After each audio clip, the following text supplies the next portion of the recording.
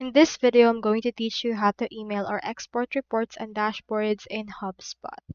In order to do that, you first need to head over right here into your actual email. And once you're in there, you just need to locate the reporting. Click on this and click on reports option that we have available. Choose right here the report that you wish to export. I'll choose right here this contact.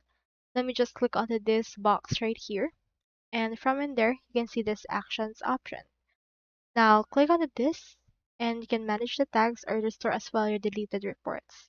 You can also just open right here this actual option, or you can click onto this actions that we have available under this case. You can export the unsummarized data using this case. Just click onto this option.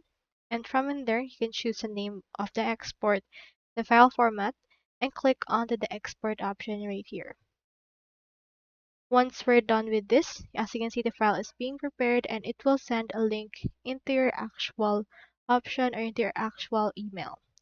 So that's all there is today, and if you haven't signed up for HubSpot yet, make sure to use our affiliate links given in the video description. Thanks for watching. I will see you in my next video.